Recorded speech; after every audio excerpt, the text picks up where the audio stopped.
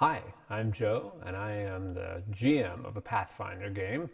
And what you're watching is one of a series of storytelling that I'm doing based on story that is being developed in our Pathfinder game. As I've said in previous ones, the thing that I'm really excited about Pathfinder is, or any game like that, is that the story is built as we go. And that even though as a GM, game master, I'm not technically, I'm supposed to be controlling things or setting things up, I still don't know how the story is going to end. I don't know how it's going to go. And I think that's great. And so this is about me telling the stories. So if you've been watching these, you know we have 5 characters in this story, 5 heroes, and they've got a variety of skills. We've got Core, who is a relatively new to the party, not super new. He is a champion. So and he's hanging out with a couple of people that have been with the party since its inception. That's Bulgy, the cleric, and Caddis. She is a fighter. And then we've got let's see who else we've got. Ah, that's right. We've got Crumb. Crumb's been around almost since the start as well. Crumb is a thief or a rogue, skilled at tactics and sneaking around and that sort of thing. He's a great character. And then finally, we've got the latest addition to the group, which is Darv, Dust Mason. And Darv is a alchemist. Interesting class that, in that he has skills with potions and grenades and that sort of thing. So in this episode, if you will, in this encounter, they are on their way to go basically a showdown to what has kind of turned out to be their thorn in the side of their nemesis, which is Maka Slider and Naga. They've only actually encountered him once, and Maka got away. So they are now acting on information they got from one of Maka's not so dedicated followers, and told him where Maka was and what he was up to. So they are on their way there to Maka to try to intercept him and see what they can do to Maka. So on the way there, they've had a few adventures. Earlier, the last adventure they had on the way, they were attacked by a couple of griffins. They got through that all right. Everybody's okay after some rather deep healing by Bulgy. So Bulgy is very useful that way. Great support character for the party, and can hold up his own as well. So after they got done with that, the griffins, they were wandering through or not wandering, I guess they're on their way to their destination there, and they're wandering through some lightly forested area, and they see a hill ahead of them, and on the hill is some sort of structure, like a low stone wall. Looks like a kind of a round wall, maybe around the crest of this short hill. And there's some structures up there, some sort of stone structures. So they go investigate, and they're riding their horses, and they move up closer to that. And when they get a little closer, they see that this is actually an old shrine, an ancient shrine that had a low wall around it with a couple of openings. And there is a giant statue of an elf, some long forgotten hero, no doubt. And that statue has been long since toppled. So it's a ruined shrine, and it is there. Not in itself terribly interesting, but they see that it is not uninhabited. In fact, this shrine is inhabited by what seems to be a couple of Gnolls. Gnolls are big, rather brutish and aggressive creatures. And they see the Gnolls, and they decide to get a little closer and see about these Gnolls. So they dismount. And as they're moving closer and closing on those 2 Gnolls, the Gnolls, first of all, they notice the Gnolls aren't alone. They have a couple of Wargs with them. So now we've got 2 Gnolls, 2 Wargs, and 5 in our party. Still pretty good odds. The first shot misses. It's intended for Crumb, but Crumb manages to dodge that fine. the second shot does slam home into Core, and so Core gets first blood from the Gnolls and is certainly not deeply wounded, but is probably highly annoyed from that. And so they speed up their approach, and the Gnolls get ready for a serious battle. When they close, as they're closing in on the Gnolls, something rather interesting happens. Their Core is beginning to close in on one of the Gnolls, and there comes out of the air a floating, semi-corporeal weapon. A mace comes out in the air and starts smashing down on him, and he's having to defend himself against this mace that has no apparent wielder, and is still quite deadly and dangerous in itself. So Core is being attacked by that, and they come to the pretty quick conclusion there are other forces here besides these two Gnolls and these two Wargs. Now there are two Gnolls, but they're not the same Gnolls. One is a leader, clearly a leader, and the other one is more of a follower. And leader appears to be able to lead not only his buddy, the Gnoll, the Wargs as well. Wargs are now able to attack in a very specific way. The Wargs close in and start to flank, that is, to get on both sides of their opponents. And they're starting to focus on an opponent at a time rather than spreading out across all of them. Core seems to be the first target for these guys, and he is taking some hits from the Wargs and from this leader who is attacking him. Core is, however, ready to do battle.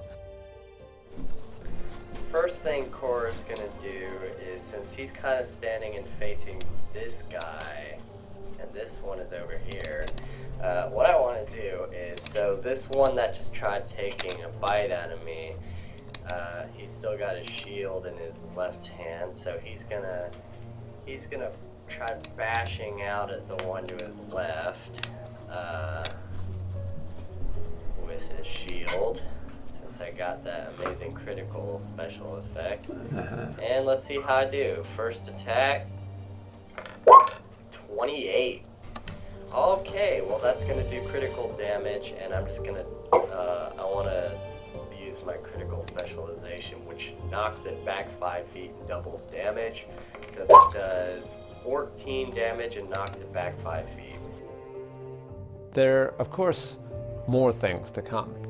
They have had to roll perception checks to see if they see something. And I think that the players understood at this point what they're seeing or not seeing, because their perception checks aren't going well. What they're not seeing is the source of the wielder of the corporeal or non-corporeal weapon that's in the air. So they're missing that. And then from the bushes comes the rest of the Gnoll party. They start coming in, additional big Gnolls and additional Wargs start to fill in on this.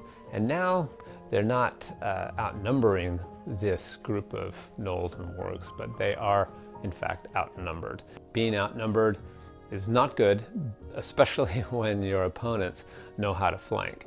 And so they're quickly circling around, and there's getting more and more in that group around Core. Now at this point, Darv Dustmason, though he's lower level than the rest of the party, he wades in and is fully ready to do battle. Darv comes in wielding flasks and starts to try to throw those flasks at the Gnolls. I'm going to slide back there, and then I'm going to attack that Gnoll with a lesser acid. And then I'll just try to throw a second one. Get him. Go. And that's a fumble. Oh, okay. You dropped your flasks all over the ground. Alright. So Darv is preoccupied now by having to recollect all these things. Meanwhile, Crumb does an interesting move. He actually moves himself into a position where he becomes fully flanked by all of the enemies.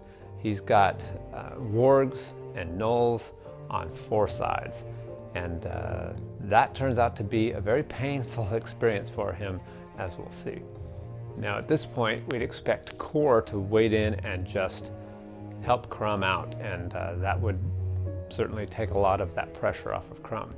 But at that point, that non-corporeal weapon disappears and something else happens instead. Core suddenly feels a deep loathing, fear, and dread about the situation he's in. There is no weapon this time. Core is making a will save. Alright, I'll make one. Oh my god, I fumbled. Oh. Core feels no alternative. He must get out. And he, being the champion and being fully ready for battle doesn't matter. He turns and runs as fast as he can for his entire move in the direction most easily able to exit the situation. And Core is just out of there. I'll move up to like here, I think, with 3 actions. Okay. Sorry, Crumb. I'll catch you later. Just Hey man, we all get scared sometimes. Don't be embarrassed. I'm just as scared as you. Now, luckily, Bulgy is on the scene. Bulgy is a bit behind Crumb, and yet he is fully supporting them. And so several things happened that were just really good. This is one of them. Bulgy does, even though Crumb wasn't totally decimated, Bulgy thought it would be a good idea to give Crumb a heal spell. So he heals Crumb up and then turns and does massive damage against one of the enemies himself. 46 heal.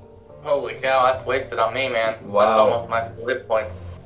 I'm gonna attack the dog right next to me. With a what? A dagger. All right. 29. Wow, I don't know how to do it. Yeah. Yeah, that's a critical. So just 20 points. Okay. Let's double it. Ooh. Good. Very nice. Then what happens is we've got those 4 enemies around Crumb, and they do incredible amounts of hitting against him. 23, you are flanked, so Yeah. yeah, That's a hit. it's a hit. Okay. 2, so it's 15 points. Okay. Second, okay, got that. Second attack is a miss. Sometimes makes you realize how useful that liberating step is. And now it's this guy on Crumb. Also having you flanked. And it's like a meat grinder for Crumb here. Yeah. I'm in the crosshair. Yeah, so that's a hit then. Right? Yeah, that hits. Alright. Piercing damage. Plus his pack attack. So it's 11. Got it. This guy, his attacks. He's got the battle axe.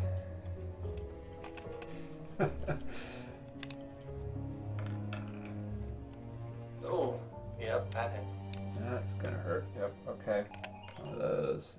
And one of those. It's another 8. Second attack with the battle axe.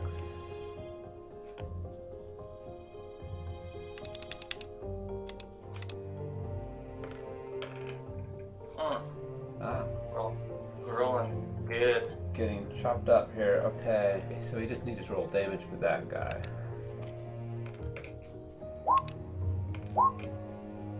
Another, wow, 12.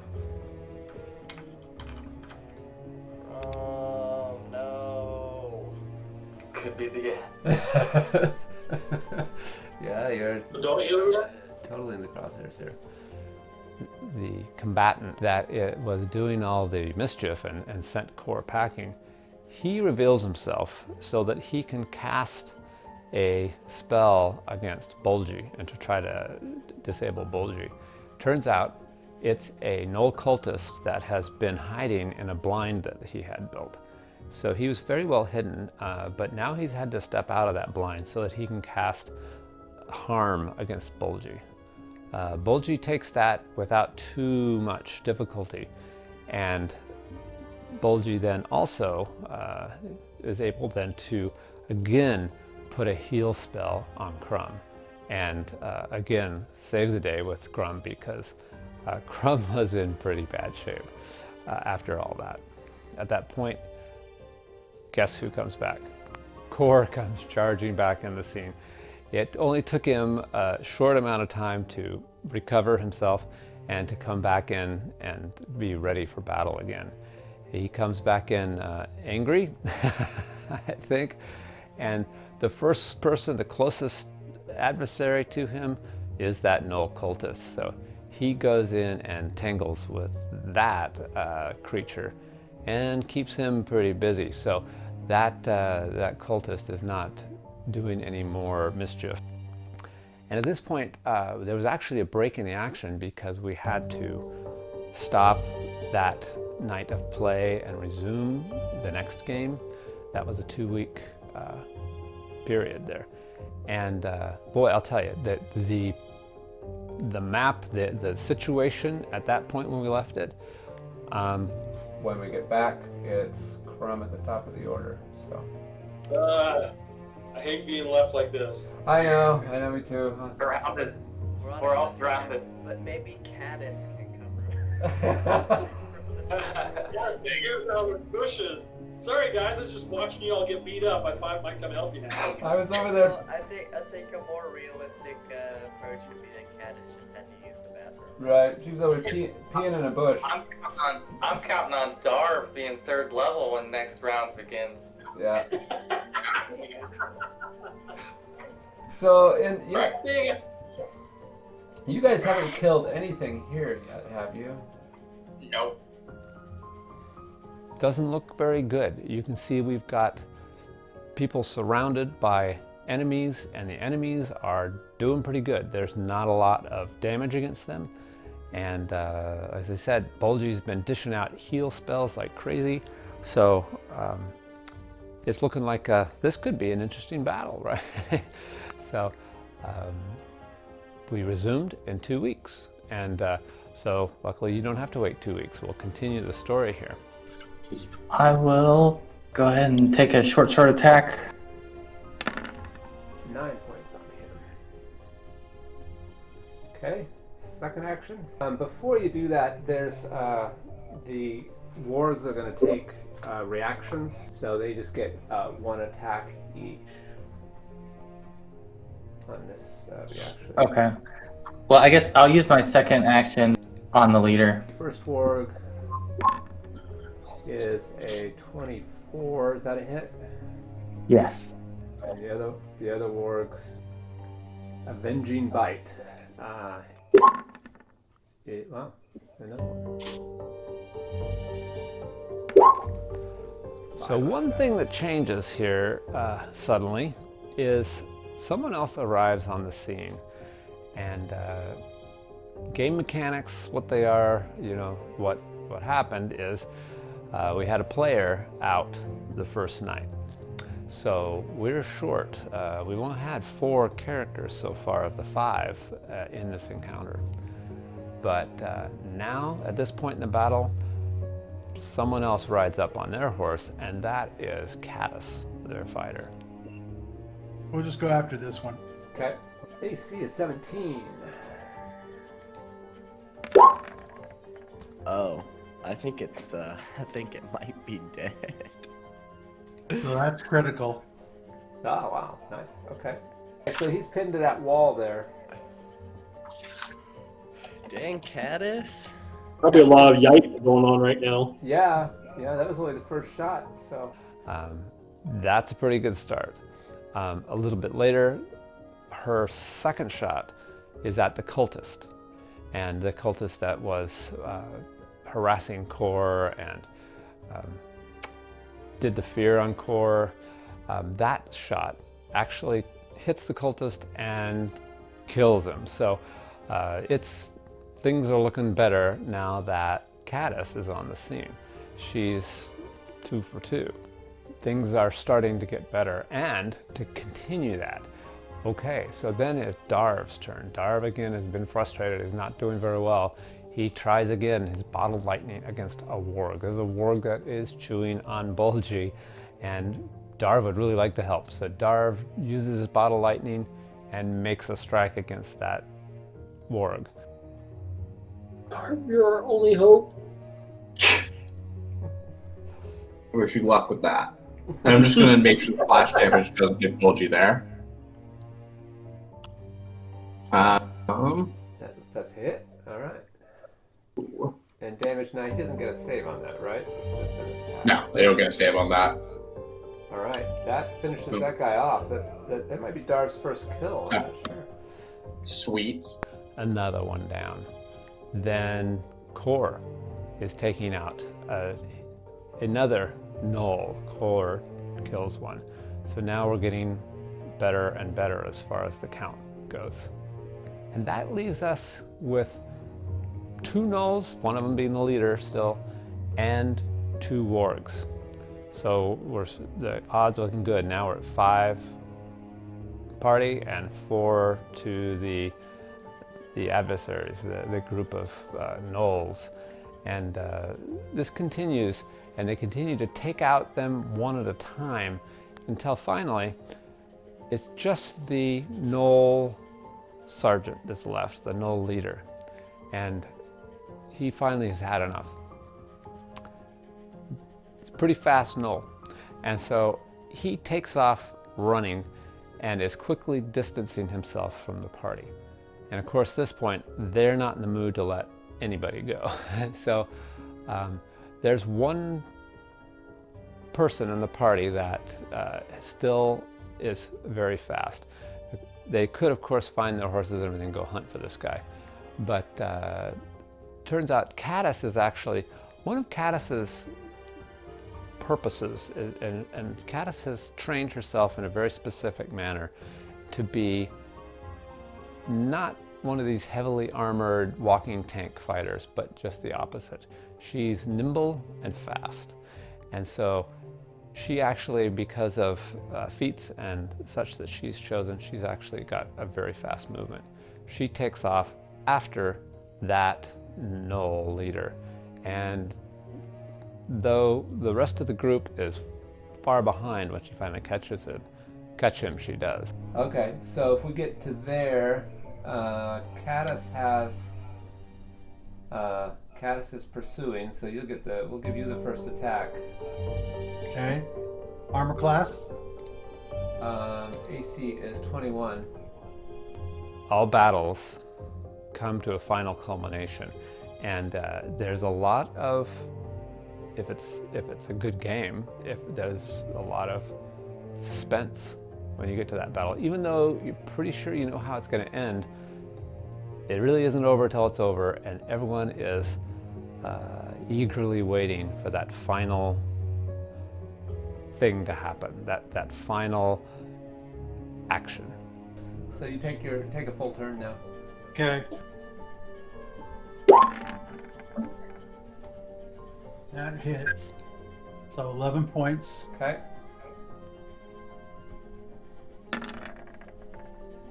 Dang. That hits.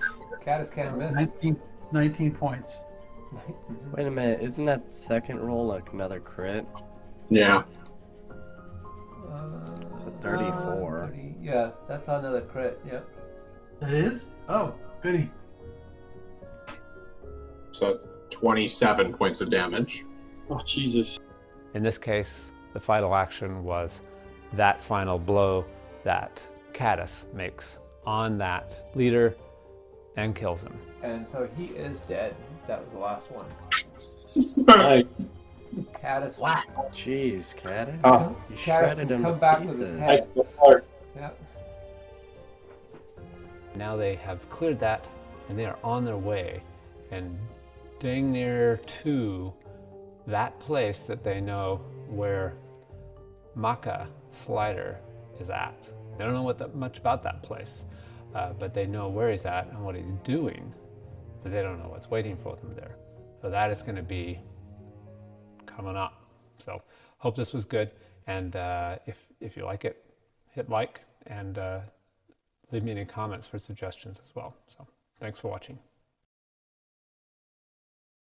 That's my kind of encounter. Okay. Brew. Any food on these things? Crumb takes all the damage and you do all the killing, something like that? Yeah, basically. You got a problem with that?